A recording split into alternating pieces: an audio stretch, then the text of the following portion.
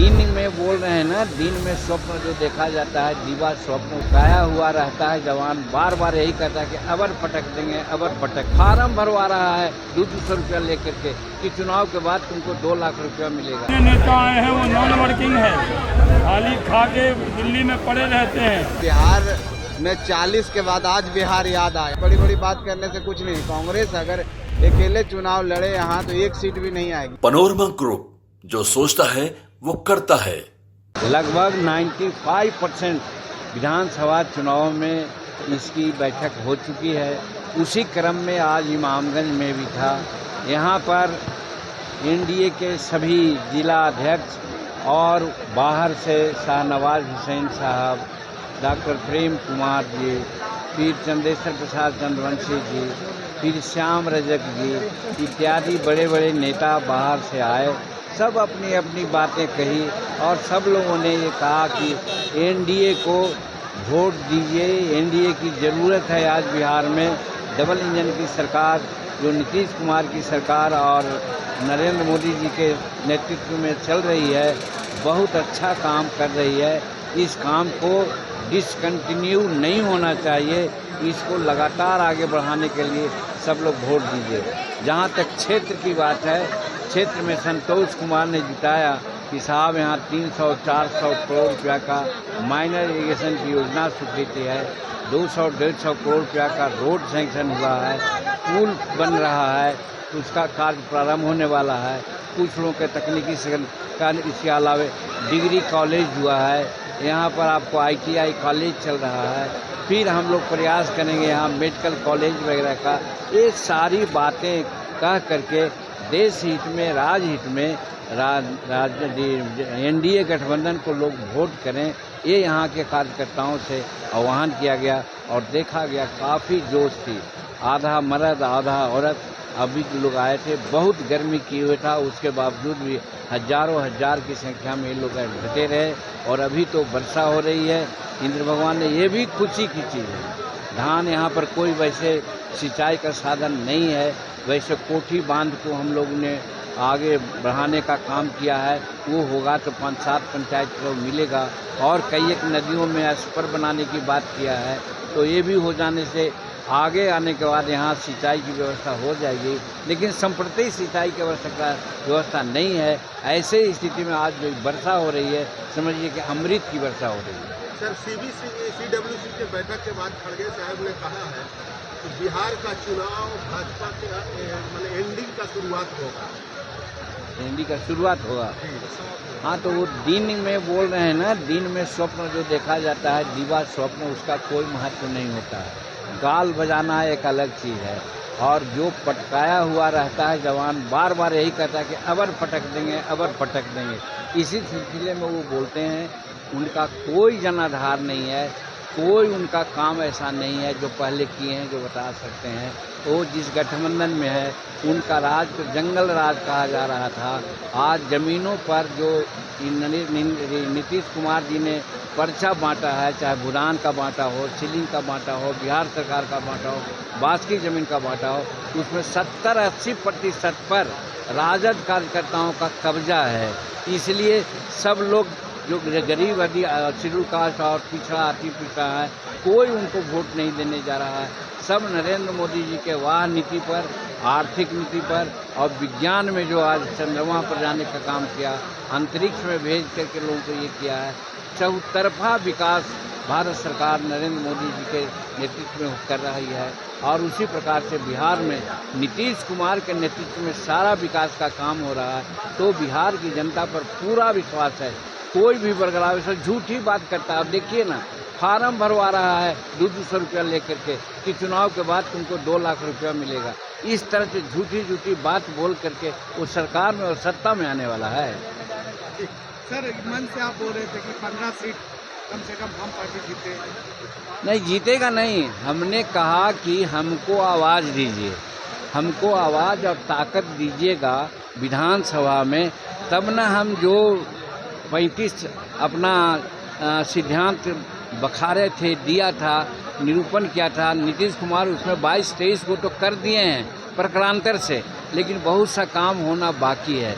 अगर हमको 20-25 सीट विधानसभा में आ जाता है तो हम इस आवाज़ को मुस्तैद से करेंगे ताकि हर आदमी को 1 एकड़ ज़मीन ऐसा मिले जो भूमिहीन है, क्योंकि यहाँ 16 लाख एकड़ ज़मीन है और 12-13 लाख भूमिहीन है, तो उसको बांटने की ज़रूरत है। अगर बांटा जाएगा और ये लोग नहीं कर रहे हैं, हमको अगर विधानसभा में आवाज़ मिलेगी, 20-25 सीट मिल के जाएंगे तो इसको लड़ करके करवाएंगे, हर गरीबों को 1 एकड़ ज़मीन हम लोग दिलावेंगे। ये मैंने कहा। नहीं जीतेगा नहीं, हमने कहा कि हमको आवाज़ दीजिए, हमको आवाज़ और ताकत दीजिएगा विधानसभा में, तब ना हम जो 35 अपना सिद्धांत बखारे थे, दिया था, निरूपण किया था नीतीश कुमार, उसको 22-23 में तो कर दिए हैं प्रकरांतर से, लेकिन बहुत सा काम होना बाकी है। अगर हमको 20-25 सीट विधानसभा में आ जाता है तो हम इस आवाज़ को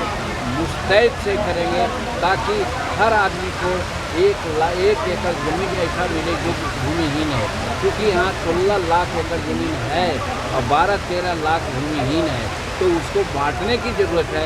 अगर बांटा जाएगा और ये लोग नहीं कर रहे हैं, हमको अगर विधानसभा में आवाज़ मिलेगी, 20-25 सीट मिल के जाएंगे तो इसको लड़ करके करवाएंगे, हर गरीबों को 1 एकड़ ज़मीन हम लोग दिलाएंगे। ये मैंने कांग्रेस की नॉन वर्किंग कमेटी मीटिंग है, इसमें जितने नेता आए हैं वो नॉन वर्किंग है, खाली खा के दिल्ली में पड़े रहते हैं।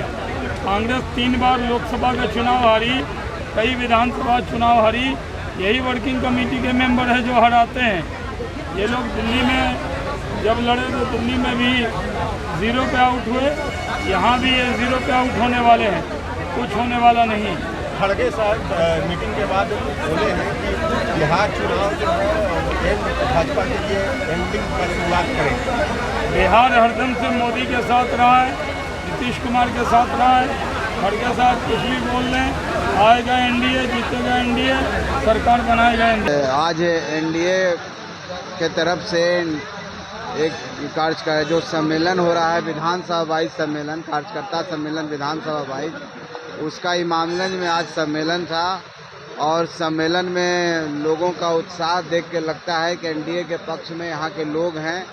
और इमामगंज का इतिहास भी रहा है कि हमेशा एनडीए 95 से लगातार यहाँ जीतती आ रही है। इसका कारण है कि यहाँ पर जो काम हुए हैं, जो एक क्षेत्र था, जिस तरह सा क्षेत्र था और जैसे ही क्षेत्र के बारे में लोगों को जाना जाता था बाहर में, अब क्षेत्र बदल चुका है, शांति है, विकास है, सब लोग आराम से रह रहे हैं।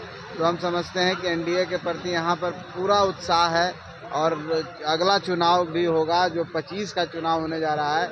यहाँ से एनडीए प्रत्याशी, जो भी प्रत्याशी हैं, दीपा कुमारी अभी माननीय विधायिका हैं, वो भी चुनाव में आएंगी तो प्रचंड बहुमत से इस बार बहुत पिछली बार के ज़्यादा वोटों से चुनाव जीतेगी और बिहार के विकास में सहयोगी बनेगी। और बिहार में जो हमारा नारा है कि 225 फिर से नीतीश, उसमें उनकी भूमिका होगी। तो हम समझते हैं कि माहौल यहाँ एनडीए में है। विपक्षी लोग कह रहे हैं कि एनडीए में सीट शेयरिंग को लेकर काफी जीत चल रही है, क्या है? हमको तो नहीं लगता वो कह रहे हैं, उनके क्या कहाँ हुआ है, उनके क्या हो जाता तब ना कुछ कहते हैं। अभी तो कांग्रेस की वर्किंग कमेटी की मीटिंग थी और वहाँ पर उन्होंने 100 सीटों का डिमांड किया है।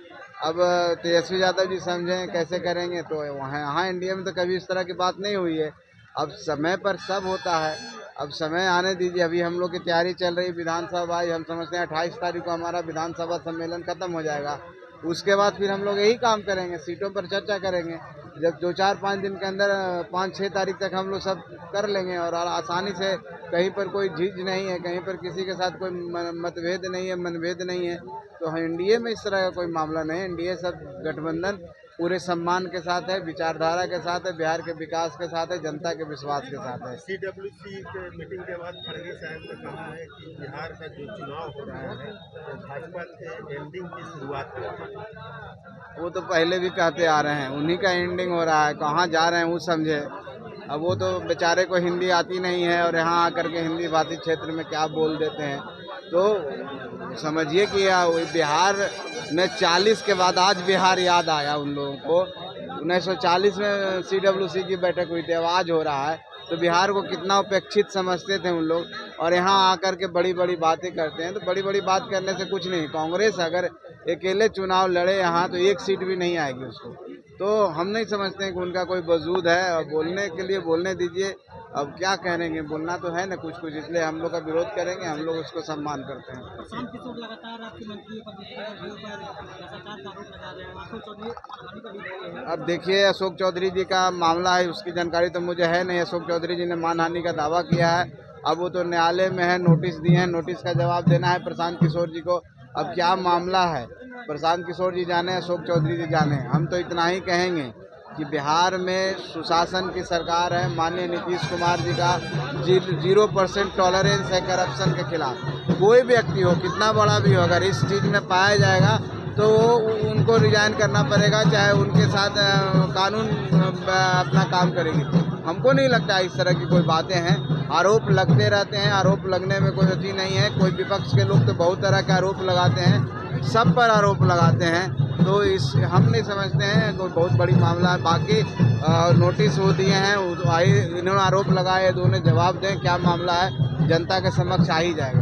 आज गया में प्रशांत किशोर है और मुस्लिमों के साथ संवाद करने के अब लोकतंत्र है, आना ही चाहिए, और अच्छी बात है कि भाई मुस्लिम भाई के साथ लोग में हैं। अगर मुस्लिम भाई उनका समर्थन करते हैं तो भाई हम सब के लिए तो बहुत अच्छी बात है, और हम तो सबका साथ लेके चलते हैं। और प्रशांत किशोर जी कोशिश कर रहे हैं, पार्टी बनाए हैं, तो हम समझते हैं कि भाई ठीक है, जिसका साथ मिले। लेकिन हम इस चुनाव में हमको लगता है कि कुछ होना जाना नहीं है। हाँ ठीक है, घर घर तक पहुंच गए हैं कोई बातों को लेके, लेकिन जनता दो भाग में बटी हुई है। जनता विकास देखती है और विकास एनडीए कर सकती है। बाकी कुछ भ्रम फैला रहे हैं महागठबंधन के लोग, तो कुछ भ्रम में आकर के उनको वोट दे दे, तो यहाँ दो ध्रुव का चुनाव है, तीसरा ध्रुव कोई नहीं।